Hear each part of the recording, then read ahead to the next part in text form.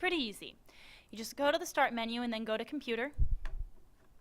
And then in this window, we're going to go to the Flip Video right here. Then I'm going to go back to the Start menu and go to Computer again to open up another screen. And I'm going to go to my H drive, and then I'm going to go to wherever it is I want to save the videos. I'm going to save it in this one, Video Project. Then back in this Flip Video Camera folder, we're going to go to this folder that says DCIM. Then we're going to go to this one that's inside of it that says 100 Video. And then here's all of the videos that are on this flip camera. If you want to just bring over certain ones, right-click, go to View, and then go to Large Icons, and it'll give you little thumbnails of what's on the flip video camera. This is the one I want, so I'm going to take it and drag it over into my H drive folder. And that's it. That's how you get videos onto your H drive from a flip camera. The first thing we're going to do is open up Windows Movie Maker. We go down to the Start menu. And if it isn't already listed, search for it or go to All Programs and you'll eventually find it. It says Movie Maker. From here, it's pretty easy. You just go to this button up here that says Add Photos or Videos and click on it. And another window will pop up. Navigate to wherever it is you saved your video file that you want to import. Mine is in this one, Video Project. And then click on the file and open it. Once the videos are selected, it'll begin to load into your video editor. It may take a little bit of time for it to load into your video editor depending on the length of your video. And that's it. So if the videos you import are not in the correct order, just click and drag to be able to move around the videos. To make the preview screen bigger or smaller, just select the line separating the two and you can drag it to make the preview screen different sizes. To zoom in and out of the timeline, use the plus or minus sign in the lower right-hand corner. You can see it makes your timeline bigger or smaller depending on if you're zoomed in or out. Finally, the last thing is you'll see there are a lot of different tabs up at the top here that we're going to be using to edit your video, and that's going to be the next part of this. Now we're going to learn about some video editing tools. To begin, let's learn how to split clips. Just drag your cursor to wherever it is you would like to split the video clip. Then right-click and a new menu will pop up. Select Split. And you'll see the video clip will split into two separate video clips. Next, let's learn how to control the volume of your clip and some other video tools. Click on whatever section of the video it is you would like to edit, and then up at the top on the yellow tab that says Video Tools, click it. From there you can control the video volume. You can also control if the video volume fades in or out at the beginning of it, and you have three options. You can choose slow, medium, or fast. You can also control how fast the clips goes, so you can make it slower, which are these ones, or you can make it faster, which are these ones. You'll see I made it a little bit faster and then this got smaller. There's also an option to split clips from this menu as well, and those are your video tools. Very important, make sure all of your video editing is done first. The reason for this is that if you add captions on top of a clip or titles someplace and then you move any kind of videos anywhere, the captions don't move with it. So to be able to make life a little bit more simple, make sure all your video editing is done first. So first navigate to the Home tab, and then you'll see the three options that you have: title, caption, and credits. The title will create a title slide before whatever section of the video you have selected. So it'll create a title slide before it. Caption will create a caption on top of a video clip, and credits, of course, creates credits that scroll at the end of the video. All three essentially work the same, so let's start with title. When you select this, a new screen pops up. In the preview screen. Just click on if it says my movie, my title, whatever it happens to say, and then you can change the text.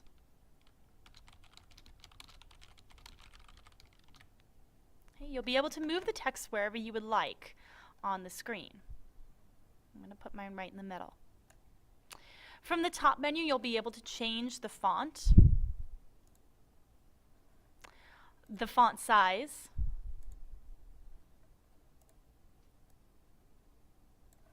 and if it's justified to the left, to the right, in the middle, you'll be able to change the color of it, if it's in bold or italics. You can also change the transparency, which means can you see through it. Okay. So if we press play, we'll preview it here.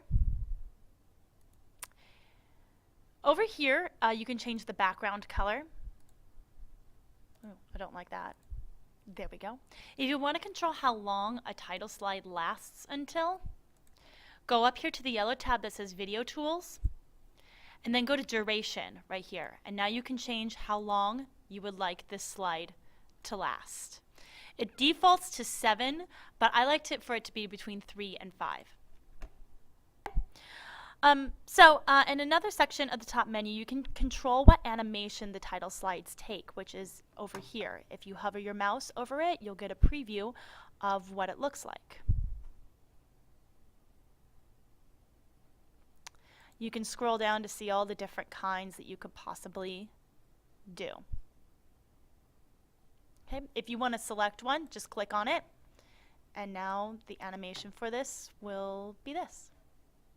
Okay, so that's how you create a title slide.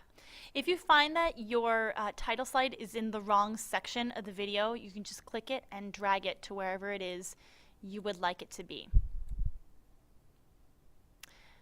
Captions work in a very similar way. You just click on the part of the video that you would like the caption to be on, and then click Caption, and now you will see the caption is on the video. It basically has the same tools as title slides. You can move it wherever you would like it to be. You can change it with all the things right here. Transparency is maybe something you may want to think more about when you have a caption on top of things. Another thing you need to consider is the start time right here. Depending on where exactly you want it to be. If you click on a section right here, it's automatically going to start at the very beginning, but maybe I really wanted it to start more like 15 seconds into the video. I could change it and say I would like this to start 15 seconds instead. And now you can see that it moved right there. Okay? And also the text duration, you can change the text duration also. So you can see that this just got smaller. And that's how you do captions right there. The last part is credits, and this is where you do credits. Credits will automatically add in at the end of your movie. If you click this little arrow, though, you can do different kinds of credits. So credits just gives us the basics right here. So we would enter in our movie title here, movie title, and it would automatically do the sort of scrolly thing that credits do. You can, of course, same thing, same kind of controls up here. You can change the text duration if you want to. But other things that you can add in, let me go back to the Home tab. I can add in director after that, so I could be directed by me. Okay, and then it says directed by me after the credits. I could then also put in starring, location, soundtrack. So there's all these different things that you could add in here. And then they will scroll one by one at the end of your video. And that's how you do captions. Now we're going to learn how to add a music or narration into your movie.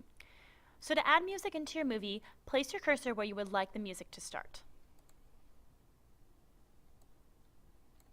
Then make sure you're in the Home tab. From here, go to the arrow below where it says Add Music, and then select Add Music to the current point. If you don't do this, your music will automatically insert at the beginning of the movie. So this is an easier way to do it. So from here, a new menu will pop up. Navigate to wherever your music is. Your music will appear as a green bar below your video. To edit your music, click on the Music Tools tab. From this menu, you can control your music volume, whether it fades in or out, and some other tools right here. Start time is where you would like your music to start in your video. Start point is the point in the music you would like it to start. For example, maybe you'd like the music track to start 10 seconds into the track as opposed to the beginning of the track. And end point is where you would like the music to end. So let's say in this music track, I didn't want the music to begin at the very beginning of the music track. Maybe I wanted to begin about 10 seconds into it. So if I played the music track and found about 10 seconds into it somewhere, what I can do is up here I can click Set Start Point. And see how this changed right here. It changed to 5.6, so I wasn't quite 10 seconds in, but I could change it to 10 seconds in if I wanted to, just by clicking in here and clicking 10. And now it's 10 seconds into it. So you can use this right here to select your start point for your music, or you can just write it in yourself right here. Same thing with the end point. Maybe I wanted the music to end right here. So I could click select endpoint, and that's where it's going to end. Maybe I wanted to fade in and out. Maybe I wanted to fade in slow or fade out slow. And now it'll do that. So that's how you add in music. Now let's say I wanted just the music to play over this and I didn't want to hear anything in the video. Here's what you need to do. You need to put your cursor where your music begins, and then you need to right click and click split, so that your video clip splits, and then we're split right here too, around where your music is. Then on your video tools up here, I can take my video volume and pull it all the way down. In my music tools, I could take my music volume and make it however loud I want.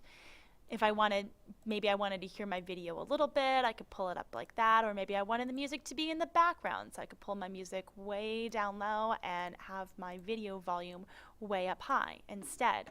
So you can balance things like that. To add in narration now, if we go to Home and we go to Record Narration, it has same kind of similar tools where you just record the narration and you record it wherever, and it'll start recording wherever your cursor is. Okay, you press record and stop, and it'll insert itself below the video, same way as a green bar right here, only it will be it'll look brown instead. So that's how you add in narration and music. The last step is saving your movie. There are two different ways to save your movie. The first way is to save it as a project file. A project file is the way to save it if you're not finished and you need to come back to continue editing. This is not the way to hand it into your teacher. This is just a way to save it so that you can continue to work on it. It opens up this project file right here. So to save it as a project file, just go up to this little blue tab up in the left-hand corner, and then go to Save Project. Decide wherever it is you want to save it. I'm going to put it on my H drive, and I'm going to put it in Video Project. And then you can title it whatever it is you want. And click Save. And now it will be saved. This is my video project file. So this is the project right here. Okay. The other way is to save your project is to render your video excuse me, and save it as a movie, not as a project. This is the way to hand it into your teacher. This way the movie renders as a whole video for your teacher to watch. To save it as a movie file, just go to the same place and then go down to Save Movie and then do for high definition display.